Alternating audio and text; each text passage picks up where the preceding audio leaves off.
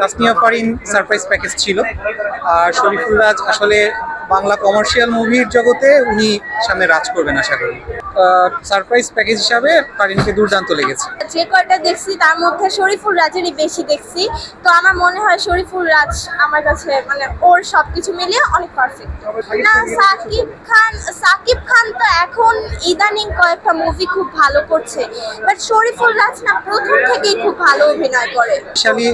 আমার মুভির যে ডায়লগগুলো ছিল, ছোট ছোট উইটি কিছু পাঞ্চ লাইন ছিল, যেটা পুরো হলই এনজয় করেছে। আর তাসনিয়া ফারিন সারপ্রাইজ প্যাকেজ ছিল। আর শরীফুল রাজ আসলে বাংলা কমার্শিয়াল মুভির জগতে উনি সামনে রাজ করবেন আশা করি। সুপারস্টার অনেক পরের ব্যাপার, বাট উনি স্টার হবেন এটুকু বলতে পারি। আর ওনাকে আসলে মানে সোফার আমরা বিভিন্নভাবে কাজে লাগাতে পারবো আশা করি, কারণ ক্যারেক্টারের সাথে উনি পুরোপুরি মিশে গিয়েছিলেন। মানে মনে হয়নি যে উনি অভিনয় করেছেন, মনে হচ্ছে উনি ইউসুফ।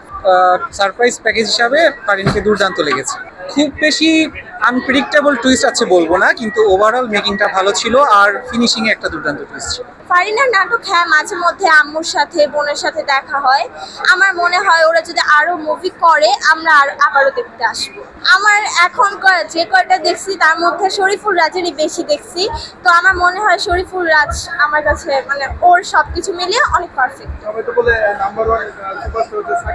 না, সাকিব খান তো এখন ইদানিং কয়েকটা মুভি খুব ভালো করছে, বাট শরীফুল রাজ না প্রথম থেকেই খুব ভালো অভিনয় করে, তাই আমার শরীফুল রাজটাই মনে হয় যে ও বেটার। ওর মুভিগুলো দেখে ওর যে কয়টা মুভি দেখলাম আমার খুব ভালো লেগেছে, আর ওর ড্রেস আপগুলো অনেক ভালো ছিল। আর ফারিনকে যদি চান্স দেওয়া হয়, ফারিনও আমার মনে হয় অনেক ভালো অভিনয় করতে পারবে। মোশাররফ করিমও ভালো, ও তো অলওয়েজ ভালোই অভিনয় করে, নাটকে হোক মুভিতে হোক সবসময় ভালো। হিস্টোরি কেমন ছিল? হিস্টোরি হ্যাঁ একটু টুইস্ট ছিল, যেমন লাস্টের দিকে হচ্ছে চঞ্চলের একটা টুইস্ট ছিল।